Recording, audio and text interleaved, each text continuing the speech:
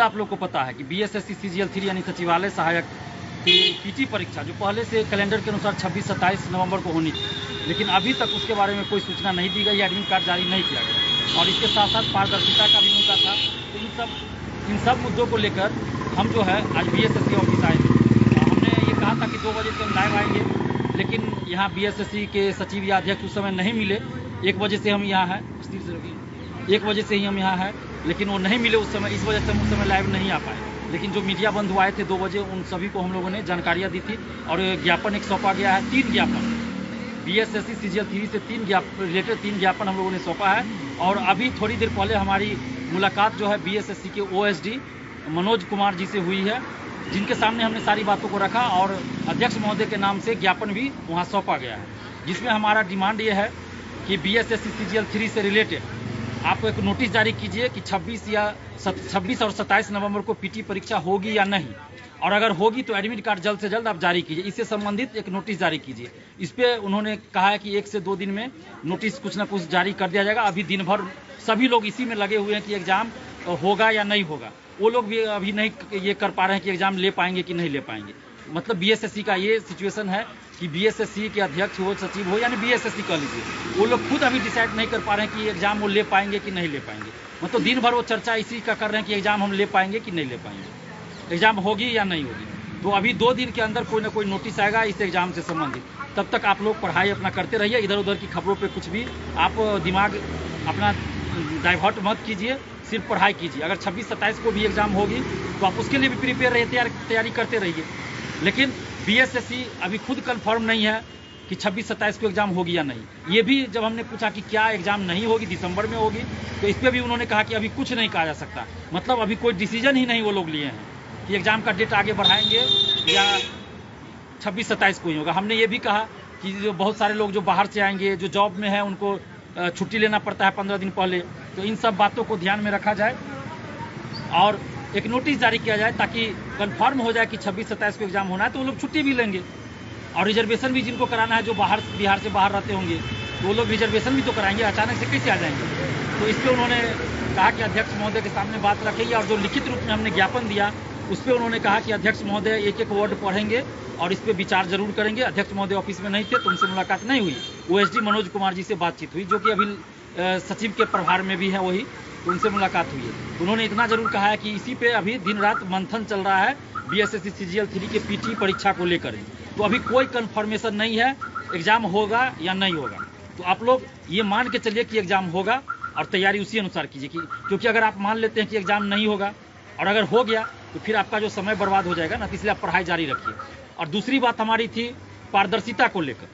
तो पारदर्शिता के लिए हम आज पहली बार बीएसएससी ऑफिस नहीं आए हैं, इससे पहले हम 4-5 बार आ चुके हैं। और 17 जनवरी 2020 को जब बीएसएससी प्रथम इंटर स्तरीय के पीटी रिजल्ट के लिए हमने यहाँ आंदोलन किया था, उस दिन भी अध्यक्ष महोदय से जो हमारी पहली बार मुलाकात हुई थी, तो उस दिन भी हमने अध्यक्ष महोदय के सामने ये सब पॉइंट रखा था पारदर्शिता लाने के लिए।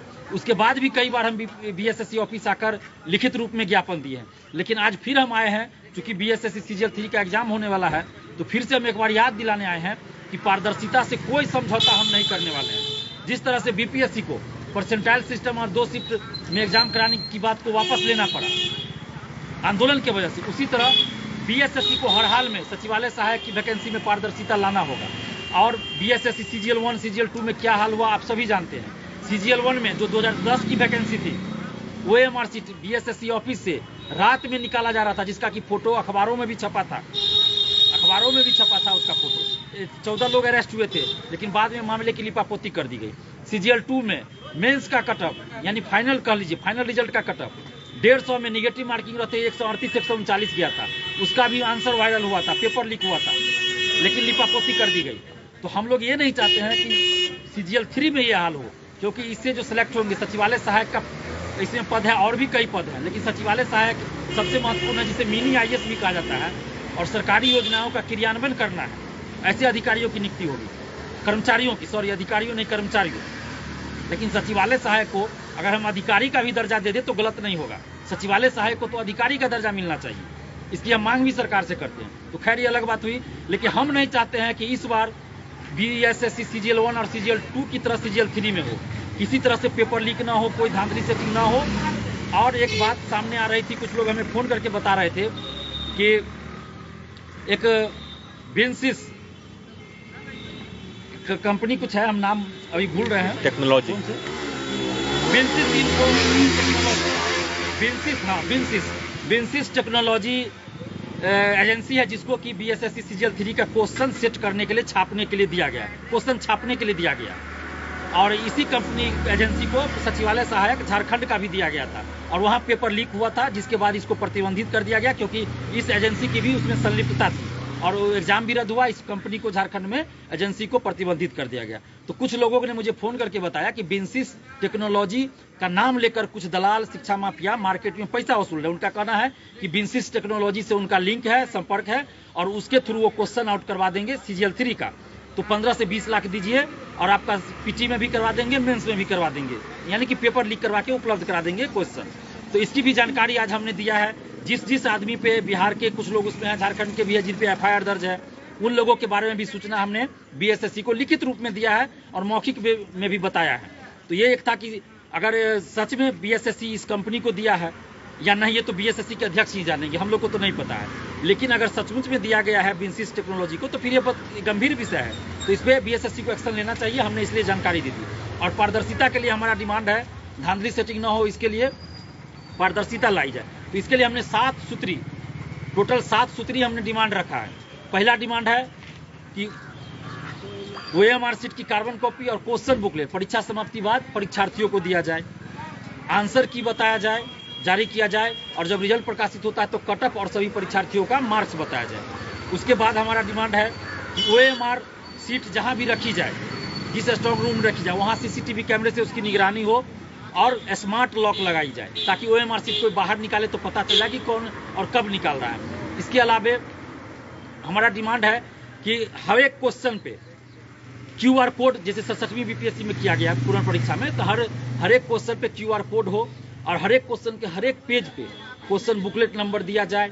इसके अलावा आप जो भी एग्जाम सेंटर बनाया जाए, वहाँ जैमर लगाया जाए, वीडियोग्राफी किया जाए, बायोमेट्रिक अटेंडेंस की व्यवस्था की जाए, और किसी भी परिस्थिति में मोबाइल या ब्लूटूथ जैसे उपकरण कोई भी परीक्षार्थी अंदर हॉल में न ले जा सके, इस बात की पूरी जो है व्यवस्था बीएसएससी करे। और एग्जाम सेंटर न तो गृह जिला में दिया जाए और न ही बहुत दूर दिया जाए, गृह जिला के अगल बगल जिला में सेंटर दिया जाए। तो ये सब हमारा 7 सूत्री डिमांड है, जिसपे अगर बीएसएससी ने गंभीरतापूर्वक विचार करते हुए लागू नहीं किया, तो फिर हम इस जो 7 सूत्री हमारा डिमांड है, इस डिमांड को लेकर हम लोग बीएसएससी ऑफिस में तो आंदोलन करेंगे ही, पटना की सड़कों पे आंदोलन तो करेंगे, पूरे बिहार में हर जिला में आंदोलन होगा। और ये जो 7 सूत्री हमारा डिमांड है, इससे पीछे हटने का सवाल नहीं है। ये बिहार के सिर्फ 9 लाख नहीं, बल्कि 9 लाख से ज़्यादा कह लीजिए, क्योंकि एक बार अगर ये सिस्टम लागू हो जाएगा तो आगे की परीक्षाओं में भी ये लागू होगा। तो ये 9 लाख ही नहीं है, लाखों स्टूडेंट्स कह लीजिए, उनके भविष्य का सवाल है।